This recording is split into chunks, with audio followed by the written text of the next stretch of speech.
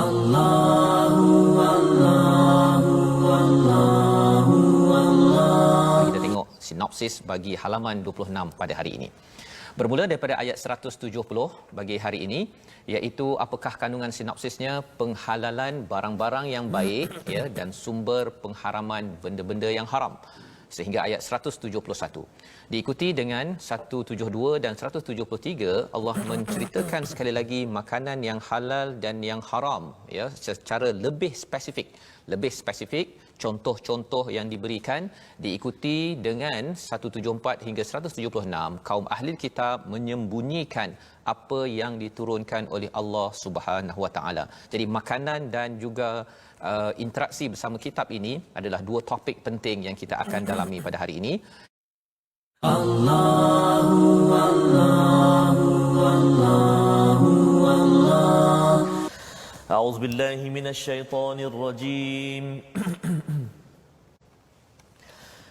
Wa idza qila lahum ittabi'u ma anzala Allah qalu bal nattabi'u ma alfayna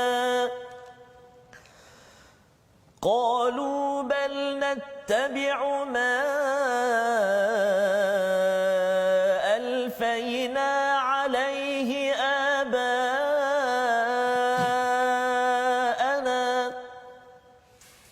أولو كان آباؤهم لا يعقلون شيئا ولا يهتدون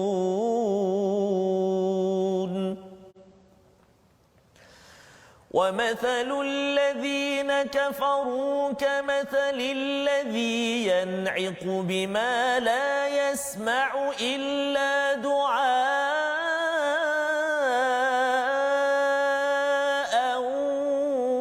ونداء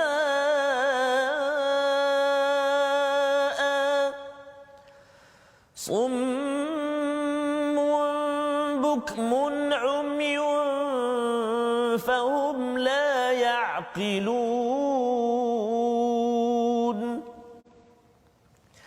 يا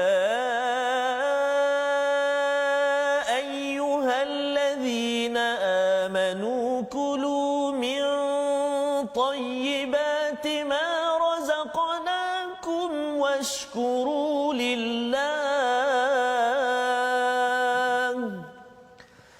واشكروا لله إن كنتم إياه تعبدون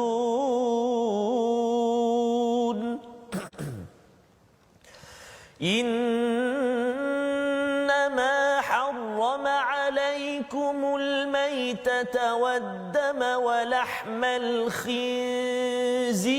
وما أهل به لغير الله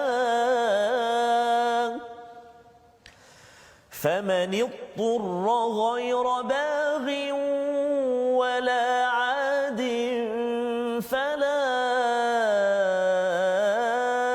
إثم عليه إن الله غفور رحيم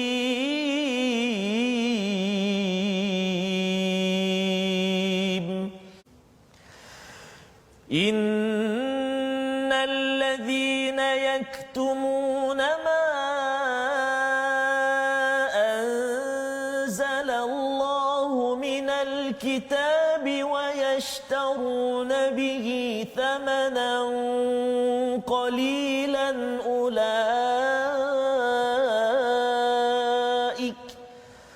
أولئك ما يأكلون في بطونهم إلا النار أولئك ما يأكلون في بطونهم إلا النار ولا يكلمهم الله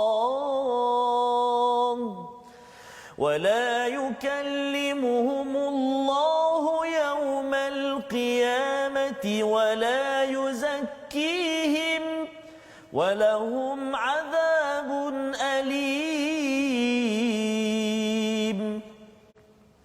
أولئك الذين اشتروا الضلالة بالهدى والعذاب بالمغفرة فما أصبرهم على النار ذلك بأن الله نزل الكتاب بالحق وإن الذين اختلفوا في الكتاب لفي شقاق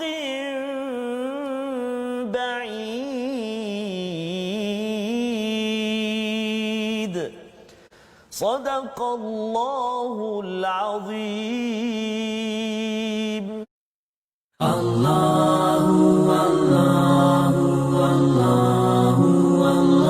Kita melihat pada resolusi kita.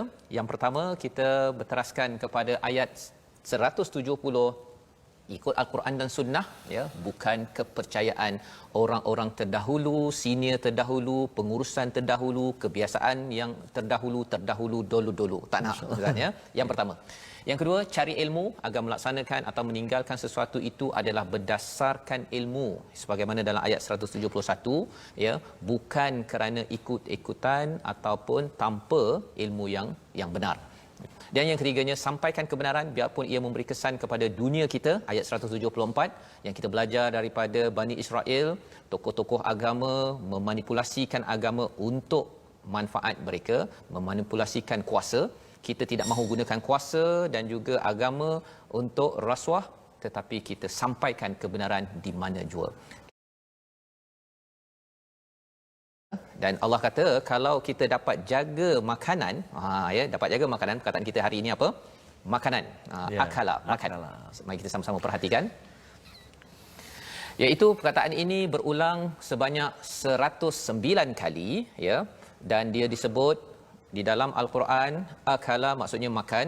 Allah mengakhirkan pada ayat 173, innallaha ghafurur rahim. Ya, Ustaz, ya. Sesungguhnya Allah ini Maha Pengampun, Maha Penyayang. Apa kaitan dengan makan? Ustaz, ya, pasal tadi banyak cerita pasal makan.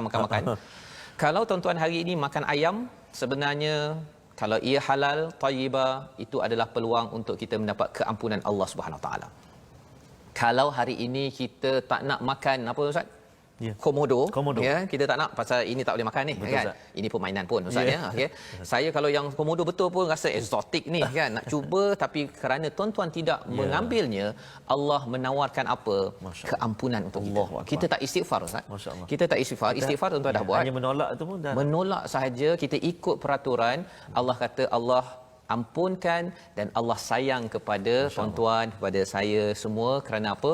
Kerana kita tak makan komodo.